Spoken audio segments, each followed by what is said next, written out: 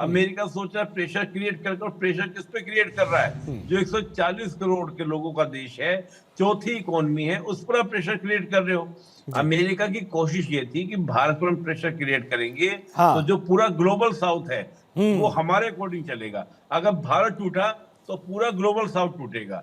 तो ये उनकी पॉलिसी थी। ये पॉलिसी हमने कामयाब नहीं होने दी कि नहीं हम झुकेंगे और ना ही हम चीन की तरह, रशिया की तरह आपके साथ लड़ने में उतारू हो जाएंगे। हमारा फुल्ली फोकस है कि एक सिंपल सा मैं एक थ्योरी और बता देता हूँ आपको। इफ यू इंटरनेशनल पॉलिटिक्स में कहा जाता है, if you want to development take the gap with the dispute, कि अगर आपको विकास करना है तो विवादों से दूर रहना है। ये हमारी नैम वाली पॉलिटिक्स है जो हम 1947 से लेके चल रहे हैं कि हमें विवादों से दूर रहना है। तो भारत ने वो करके दिखाया। तो अब कोई देश ये सिंपल सी थ्योरी को नहीं समझ रहा है तो ये तो उसकी गलती है ना।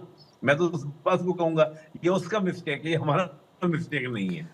और प्रधानमंत्री मोदी कभी भी किसी भी मंच पे गए हैं तो ग्लोबल साउथ की बात जरूर करते हैं निपुल जी, और आपने भी उस बात का जिक्र किया। लेकिन अब इसमें क्या, जिस तरीके से ट्रंप ने जब टैरिफ की बात कही, और सिर्फ भारत ही नहीं, चीन समेत तमाम देशों पे लगा दिया था, जो उनके कुछ पड़ोसी मुल्क हैं उनके ऊपर भी लगा दिया था, लेकिन अब जिस तरीके से वो बैक आ रहे हैं, क्या लग रहा है कि बाकी देशों में भी ऐसा होगा? नहीं, देखिए ये तो आपको मैं बता रहा हूँ, जापान को आप देखिएगा, जापान में बहुत बड़ी चर्चा चल रही है अजय जी। जापान के लोग ये कह रहे हैं कि भारत जैसा देश जब खड़ा हो सकता है अमेरिका के सामने, और अमेरिका के टैरिफ प्रेशर को भारत ने रिलीज, मतलब एकदम से एक्सेप्ट ही नहीं किया, ठीक है तुम्हें जो करना है करो, हम अपने विकल्प ढूंढेंगे, हम अपना काम करते रहेंगे। और इसका इम्पैक्ट आपको दिखाई दिया, हमारी ग्रोथ रेट कम नहीं हुई बल्कि ग्रोथ रेट हमारी इंक्रीज हुई। जबकि अमेरिका ये मान रहा था, मैं बड़ी इंटरेस्टिंग बात कह रहा हूँ, ये बड़ी आपके दर्शकों के लिए बड़ी इंटरेस्टिंग बात, अमेरिका के आप अगर इकोनॉमिस्ट को देखेंगे, स्ट्रेटेजिक एडवाइजर को देखेंगे, वो ये मान रहे हैं आज की तारीख में कि पहले दुनिया को ये भ्रम था कि भारत की इकोनॉमी अमेरिका की इकोनॉमी के साथ चलती है, और हल्का सा अमेरिका ने झटका दिया, भारत की इकोनॉमी क्रैश कर जाएगी। आपको याद होगा डोनाल्ड ट्रंप ने एक बार कहा भी था, Indian economy is the dead economy, याद होगा। खुद हमारे विपक्ष के नेता ने भी कहा था। फिर इसके बाद उसके बाद भी हमारी ग्रोथ रेट बनी रही। तो जो एक भ्रम था दुनिया के सामने कि अमेरिका की इकोनॉमी से इंडियन की इकोनॉमी चलती है, वो भ्रम तोड़ दिया डोनाल्ड ट्रंप ने। अब इसका इम्पैक्ट क्या हुआ? इसका इम्पैक्ट ये होगा कि पूरी दुनिया के जो देश हैं वो एनालिसिस करना शुरू कर दिए।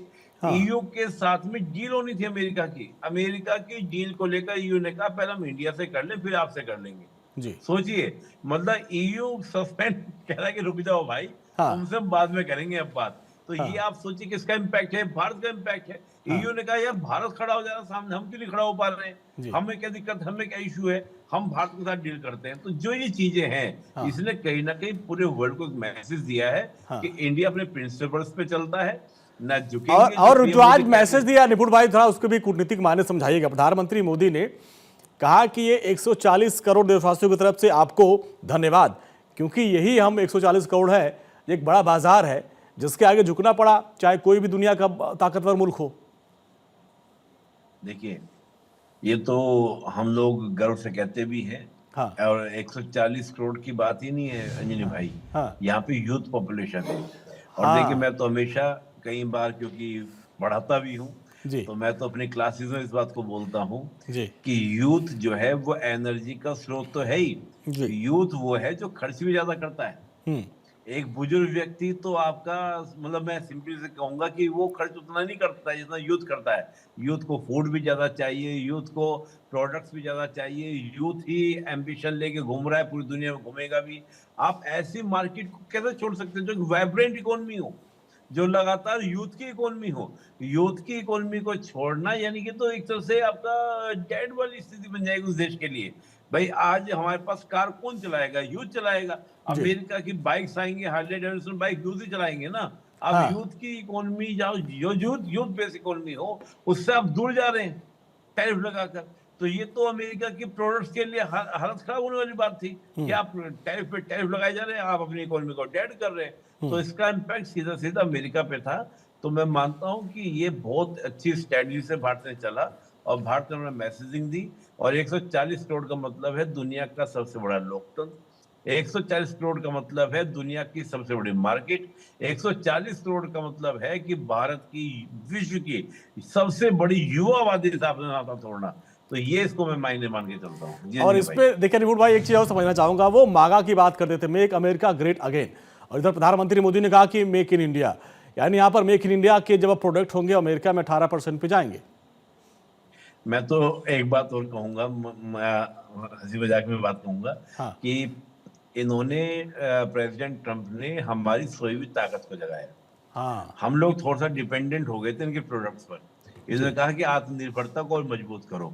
हाँ आपको याद होगा, देखिए जब से मतलब मैं तो, हम लोग क्लोजली मॉनिटर करते हैं, आप भी, हम लोग सब लोग बात चर्चा करते रहते हैं। स्वदेशी मूवमेंट चल गया भारत के अंदर। हाँ लोग कहीं ना कहीं फिर दोबारा से स्वदेशी की ओर बढ़े, आत्मनिर्भरता की ओर बढ़े। हमने अपने प्रोडक्ट्स को बढ़ाना शुरू कर दिया। गवर्नमेंट की बहुत सारी पॉलिसीज आई हाँ जिससे भारत के जो प्रोडक्ट्स हैं उनको क्या किया जाए, भारत की जो कंपनी है उनको ज्यादा से ज्यादा बढ़ावा दिया जाए। तो केवल विकल्प हमने बाहर ही नहीं ढूंढे, बल्कि हमने अपनी भी इकोनॉमी को मजबूत करने का प्रयास किया, अपनी इंडस्ट्री, अपनी प्रोडक्शन को इंक्रीज करने का प्रयास किया। जी इसका इम्पैक्ट देखिए, जहां हम राइफल्स तक खरीदते थे बाहर से, विदेशों से, आज भारत राइफल बना रहा है और बेचने की स्थिति में है। आज हम डिफेंस सेक्टर में, आप सोचिए कितना बड़ा उछाल हमारा आया है। अभी जी आप देखिए न्यूक्लियर रिएक्टर्स के अंदर हमने वहां भी परमिशन दे दी है। आप देखिए कुछ समय के बाद हम न्यूक्लियर रिएक्टर्स को हम दुनिया को भेजेंगे जी कि भैया बिजली बनानी है तो आप हमारे न्यूक्लियर रिएक्टर्स लो। तो आप देखिए जो ये किया गया कार्य, ये कार्य कहीं ना कहीं क्या किया, हमारी सोई हुई ताकत को जगा दिया। हाँ अब इस बार का बजट आप देखिए, इस बार के बजट में हमारी वित्त मंत्री जी ने क्या कहा कि हाँ जो रेयर अर्थ मिनरल्स हैं उसका पूरा कॉरिडोर बना दिया जाएगा, हम खंगाल लेंगे अपने रेयर अर्थ मिनरल्स कहाँ पर है।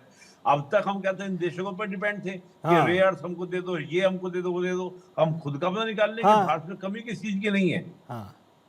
तो रेयर मिनरल्स जी आज सेमीकंडक्टर हम खुद बनाएंगे।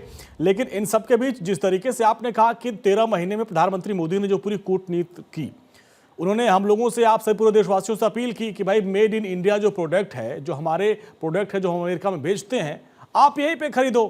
तो आपने कहा उसका असर दिखा, और इसके बाद एक तरफ एक डेलीगेशन बातचीत भी कर रहा था और दूसरा प्रधानमंत्री मोदी विकल्प भी तैयार कर रहे थे। तो ये जो 13 महीने का हमने समय लिया, प्रधानमंत्री मोदी ने जो साइलेंट डिप्लोमेसी दिखाई, उसका असर ये रहा। एक अंजलि, मुझे ऐसी माइंड में एक बात याद आई हम्म। कि एक कहावत कही ना हमारे रामचरितमानस में, धीरज धर्म मित्र और हाँ डेडनेस, विपत्ति काल विचारी चाली। आपके अंदर धीरज कितना है, और आप अपने धीरज यानी कि धैर्य, धीरज धर्म, धर्म यानी कि अपने प्रिंसिपल्स पर टिके रहना, जी और मित्र कौन है, फ्रेंड कौन है आपके, उन सबको पहचानने का समय आता है। तो ये तो पहचान हुई है सबकी कि हमने अपने धैर्य को दिखाया कि हम झुकेंगे नहीं। जो पीएम मोदी ने बहुत समय पहले कहा था कि ना तो नजर झुका के बात करूंगा, ना नजर उठा के बात करूंगा, नजर से नजर मिला के बात करूंगा। और पीएम मोदी ने एक बात को मुझे बड़ी याद आ रही है, 2014 की बात कर रहा हूँ। 140 करोड़ लोगों का देश है जी। जो प्रेशर हम क्रिएट कर देंगे वो कोई और नहीं कर सकता है क्रिएट। तो ऐसा देश जिसके पास में इतनी बड़ी यूथ आबादी हो, और यूथ बहुत बड़ी बात होती है। मैं फिर कहूंगा कि बहुत से देश ऐसे हैं, चीन में बुजुर्ग आबादी बढ़ती जा रही है, प्रोडक्ट बढ़ रहे हैं, प्रोडक्ट को कंज्यूम करने वाला कोई नहीं है। भारत तो इस समय ये स्थिति है कि जितनी आप एनर्जी डाल दीजिए सब खपत हो जाती है, जी जितना प्रोडक्शन हो जाए सब खपत हो जाता है। रीजन यूथ है।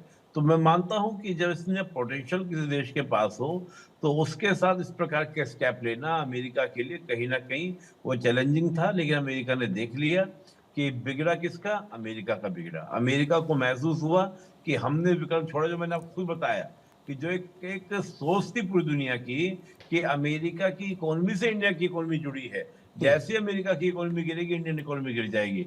लेकिन ऐसा नहीं हुआ। हम्म। तो इससे कहीं ना कहीं अमेरिका को, मुझे लगता है इकोनॉमिकल सर्वे भी देख लिया होगा डोनाल्ड ट्रम्प ने इस बार। हाँ जो हमारा सर्वे आया, सर्वे में जो हमारी ग्रोथ रेट दर्ज की गई कि इतनी ग्रोथ रेट हमारी टैरिफ के बाद भी आ चुकी है, जी तो इसका मतलब कहीं ना कहीं देखा कि भैया ये रुकेंगे नहीं, ये बढ़ेंगे। और मैं तो मानता हूँ हमेशा किसी भी देश का, किसी भी देश के, चाहे वो लीडरशिप हो या लोगों की बात हो, जी सही मायने में उनकी टेस्टिंग तभी होती है जब विपत्ति आती है। हाँ और विपत्ति के समय हम कैसे उससे लड़ते हैं, ये सही टेस्टिंग होती है किसी भी नेशन की। हाँ। और देखिए, आपदा में अवसर तलाशना प्रधानमंत्री मोदी से बेहतर कोई जानता नहीं।